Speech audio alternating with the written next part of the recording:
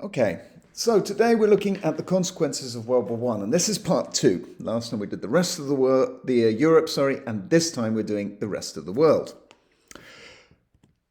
So, a very quick recap from last time. We talked about the fact that at the Treaty of Versailles, you had three major powers who made all the decisions. You had France, you had Britain, and you had America. These three nations, they all wanted different things. America, which saw itself, as it still sees itself today, as the champion of freedom, democracy, and also the champion for itself. It basically wanted America to be richer and more powerful. Britain, it didn't want Germany to be a military threat, but it also didn't want to destroy Germany's economy. It still wanted to trade with Germany. But basically what Britain wanted was to expand its own empire. France, very different. France had been devastated and destroyed in World War I, and it wanted revenge against Germany. It wanted Germany to pay, and it wanted Germany to say that it was entirely responsible.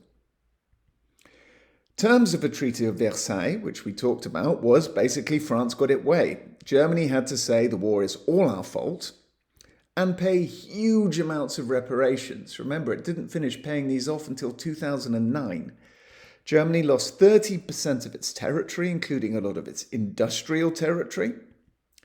It lost all of its colonies. Its military was made very, very small, and its major ally, Austria-Hungary, was broken up and given to other different countries.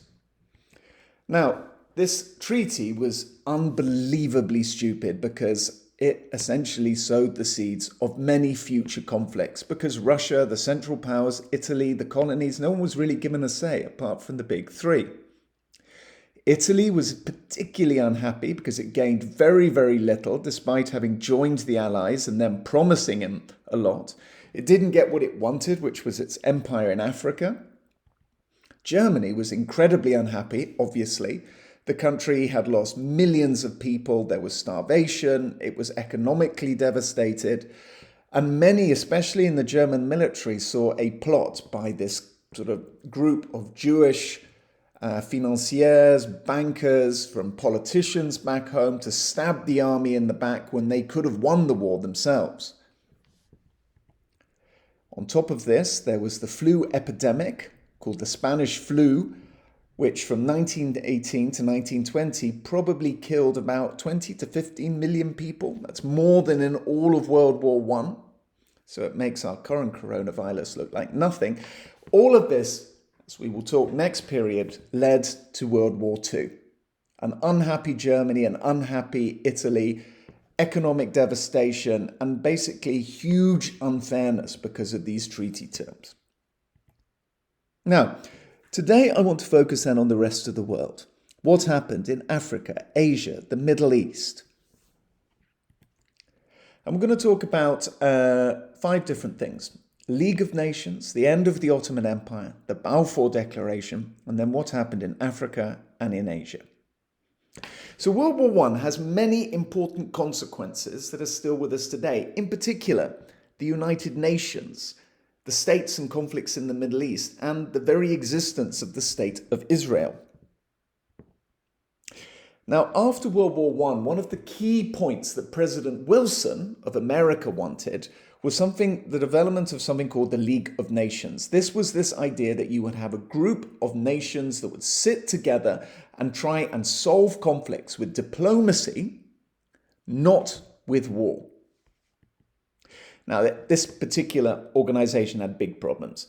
The United States, despite saying they wanted it, didn't actually join it, and neither did other countries like Russia. In addition, this was a place where people would come together to talk. And talk and diplomacy is often not as effective as armies, tanks, and guns. So the League of Nations wasn't actually very useful or effective, but it did lead, after the Second World War, to the United Nations, which we have today. Now, the UN, you can see them now all over the news. These actually does have armies and soldiers. It is sent in peacekeeping missions all over the world, but its origins come after the First World War, where people saw that conflicts in one part of the world cannot be solved just by that part of the world. You an international group or body in order to solve them. The other big consequence for the rest of the world was the end of the Ottoman Empire. Now, the Ottoman Empire at its height was huge. It was basically North Africa, a lot of Southeastern Europe, Turkey, the Middle East, some parts of Saudi Arabia. But since the 18th century, it had been getting smaller and smaller.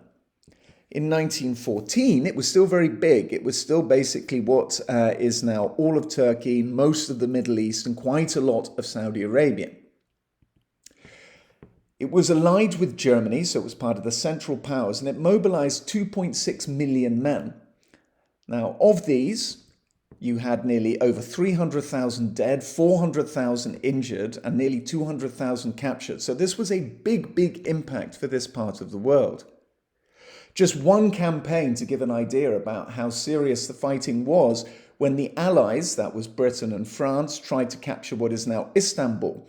There was a campaign called Gallipoli, and this led to about nearly 200,000 casualties. So the fighting in the Middle East was just as serious as the fighting on the Western Front. The conflict in the Ottoman Empire, it was really terrible in many parts. To give one example, there's something called the Armenian Genocide. Now, the Armenians, it is now a country today, they were a Christian minority, and Christelijk minoriteit in the Ottoman Empire.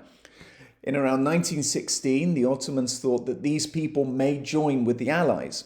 So there was a campaign to kill or force these people out of what is now Turkey.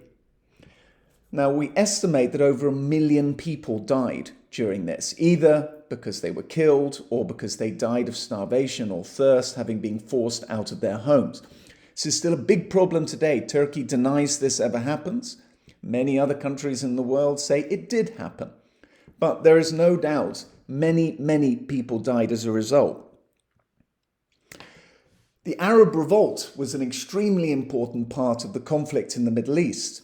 Now, the Ottoman Empire was controlled by people who were, let's say, ethnically Turkish, but many people in their empire were ethnically Arab. Now, the British promised the Arabs that they would get their independence, that onafhankelijkheid, if they supported the British and the Allies in the war effort.